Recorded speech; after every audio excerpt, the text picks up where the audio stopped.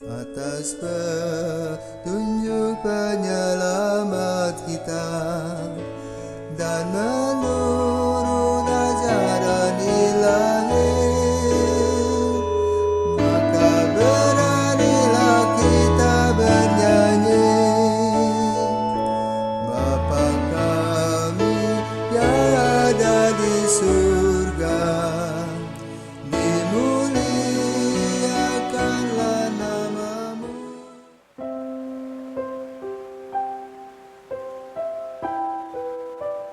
Saudara-saudara terkasih, selamat pagi.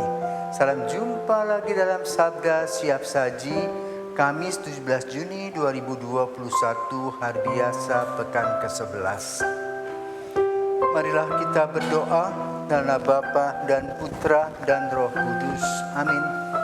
Allah Bapa kami di surga, bagaimana kami dapat berdoa kepadamu kalau bukan Engkau sendiri yang meletakkan kata-kata pada lidah kami. Semoga kami selalu terbuka terhadap bisikan Roh-Mu dan ajarilah kami mengenal nama-Mu. Demi Kristus Putra-Mu dan pengantara kami, kini dan sepanjang masa. Amin.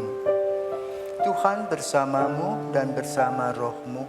Inilah Injil Yesus Kristus menurut Matius. Dimuliakanlah Tuhan. Matius bab 6 ayat 7 sampai dengan 15. Dalam khotbah di bukit berkatalah Yesus, bila kita berdoa, janganlah bertele-tele seperti kebiasaan orang yang tidak mengenal Allah. Mereka menyangka doanya akan dikabulkan karena banyaknya kata-kata. Jadi janganlah kalian seperti mereka, karena Bapamu tahu apa yang kalian perlukan sebelum kalian minta kepadanya. Maka berdoalah kalian demikian. Bapa kami yang ada di surga, dimuliakanlah namamu, datanglah kerajaanmu, jadilah kehendak-Mu di atas bumi seperti di surga. Berilah kami pada hari ini rezeki secukupnya, dan ampunilah kesalahan kami, seperti kami pun mengampuni yang bersalah kepada kami. Dan janganlah membawa kami ke dalam pencobaan, tetapi bebaskanlah kami dari yang jahat. Amin. Karena jikalau kalian mengampuni kesalahan orang, Bapamu yang di surga akan mengampuni kalian pula. Tetapi jikalau kalian tidak mengampuni orang, Bapamu pun tidak akan mengampuni kesalahanmu. Demikianlah Injil Tuhan. Terpujilah Kristus. Kita sudah biasa berdoa. Biasa doa yang diajarkan kepada kita, doa dimulai dengan tanda salib, tanda kemenangan Kristus dalam nama Bapa dan Putra dan Roh Kudus. Isi dari tanda salib adalah inti dari iman kita, di mana kita percaya kepada Allah Tritunggal. Sesudah itu kita berdoa. Doa yang biasa digunakan atau dipakai oleh kita setiap hari adalah doa Bapa kami. Nah, disinilah Yesus mengajarkan kepada para murid untuk berdoa yang jelas. Fokus dan tujuannya jelas. Maka doa Bapa kami ditujukan kepada Bapa yang ada di surga. Maka dengan keberadaan Bapa di surga, kita harus memuliakan Dia. Nah, bagaimana cara kita memuliakan Dia? Kita biasanya memuji-muji Tuhan. Seindah-indahnya kata-kata yang kita katakan. Tetapi perbuatan kita tidak sesuai, tidak sepadan. Maka ketika kita ingin memuliakan Tuhan, ada hal-hal yang perlu diperhatikan. Kita tahu kepada siapa kita berbicara. Kita tahu kepada siapa kita memohon. Kita tahu bahwa kita sesudah menyampaikannya harus dengan tenang mendengar keputusan yang akan terjadi. Yesus mengajarkan kepada kita doa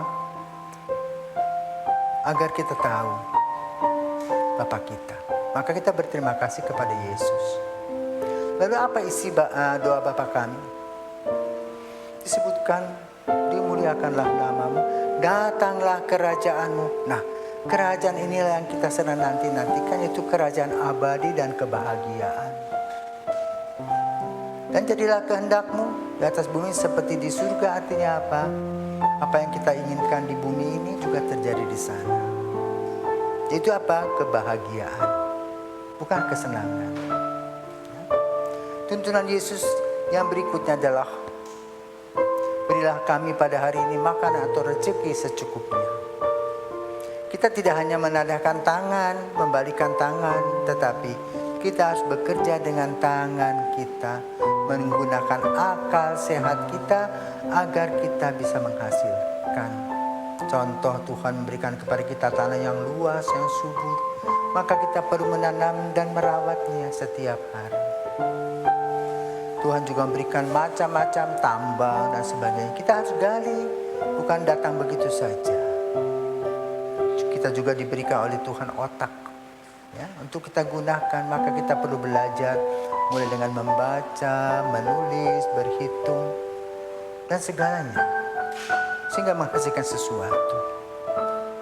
Maka berkat-berkat yang Tuhan berikan kepada kita berdasar pada kerja keras kita, bukan tipu menipu,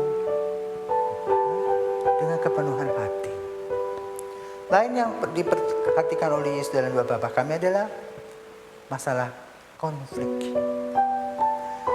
Kita mempunyai teman-teman yang dekat, tapi tanpa disadari kita konflik. Kenapa? Mungkin mulut kita yang doer, mungkin pikiran kita yang kacau, mungkin tindakan kita yang kasar. Maka kita belajar untuk menahan diri. Dan juga kalau kita salah, kita minta maaf. Dan kita bersedia juga mengampuni sebagaimana Yesus katakan, ya, bahwa pengampunan itu harus dimulai juga oleh kita. Bukan hanya kita minta kepada Tuhan pengampunan, tetapi kita tidak mau mengampuni teman-teman kita. Lalu kita juga minta yang terakhir, janganlah percobaan itu datang karena kita tidak kuat. Tetapi yang penting sekarang begini, ketika kesulitan datang, yang kita minta adalah kekuatan untuk menghadapinya. Itulah doa.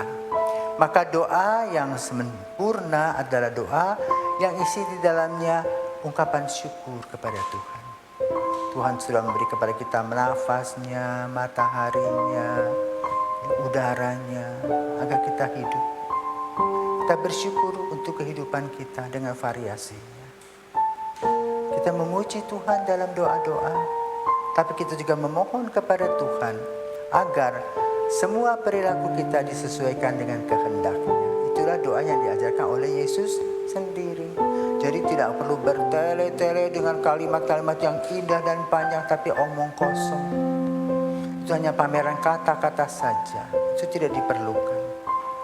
Tetapi doa kita harus singkat, jelas, dan padat. Seperti doa Bapa kami yang diajarkan Yesus.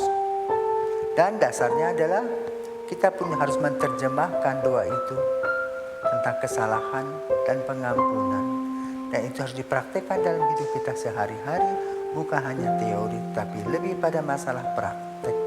Semoga doa Bapa kami yang setiap hari kita daraskan, kita doakan, betul-betul membawa kepada kita hasil dan buah-buah yang luar biasa.